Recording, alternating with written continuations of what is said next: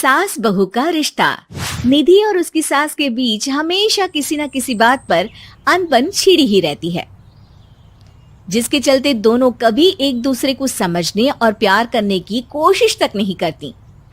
अरे मेरे तो भाग ही फुट गए जो ऐसी बहू मिली। हाय, मेरी तो जिंदगी बर्बाद हो गई।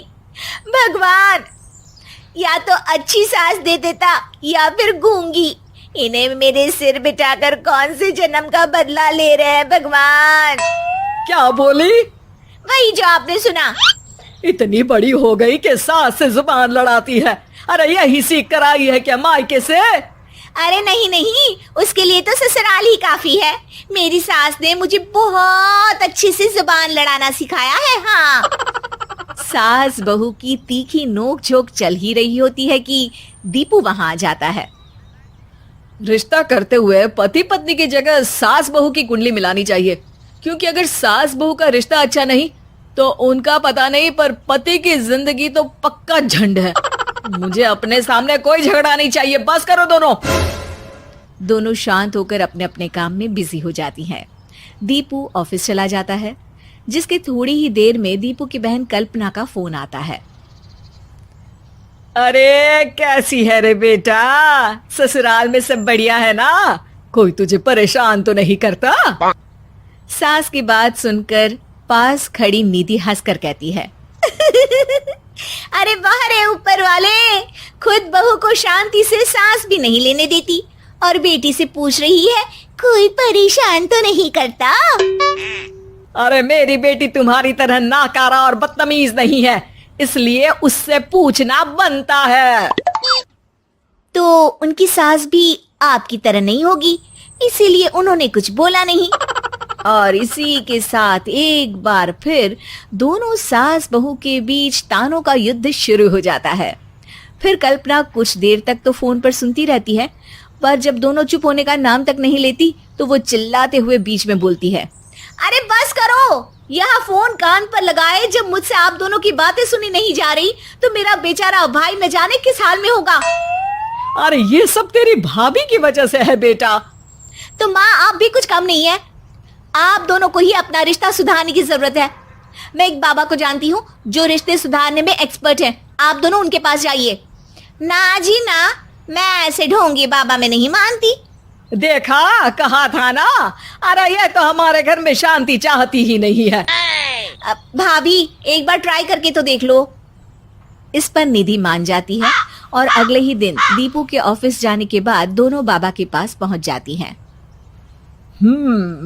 सास बहू के बीच रिश्ता कुछ ज्यादा खास नहीं है। हर समय तू मैं चलती रहती है। हाँ जी हाँ, बिल्कुल सही। आप तो बहुत ज्ञानी है बाबा जी।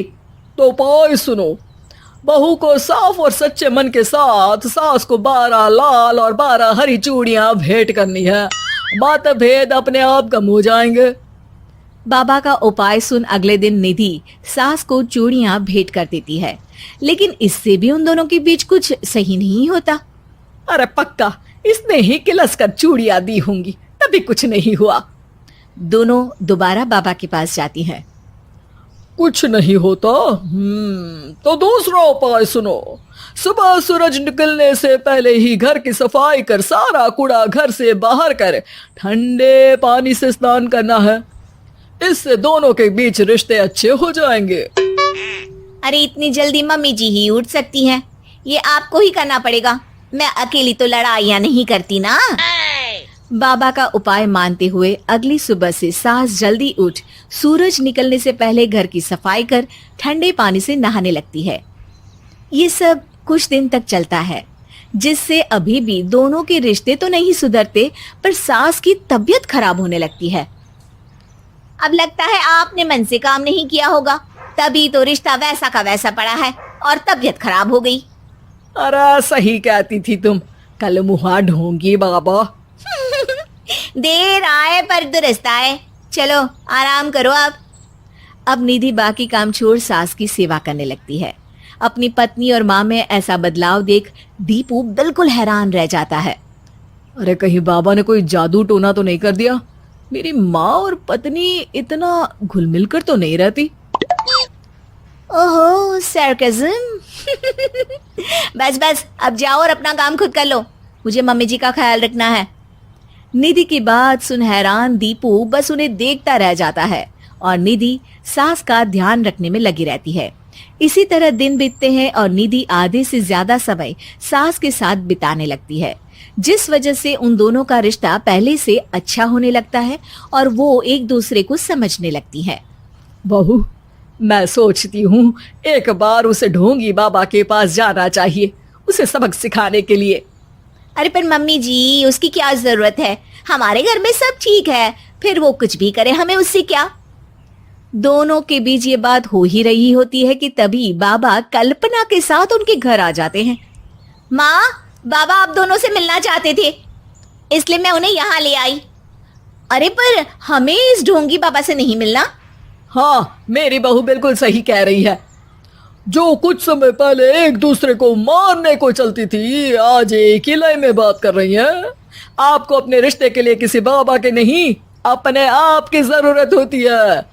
रिश्ता सुधारने के लिए जरूरी है कि सास बहू को अपनी बेटी और बहू सास को अपनी माँ जैसा समझे और प्यार दे। उपाय तो बस एक तरीका है लोगों को समझाने का कि असली उपाय उनके पास ही है, आपको बस उन्हें समझना है।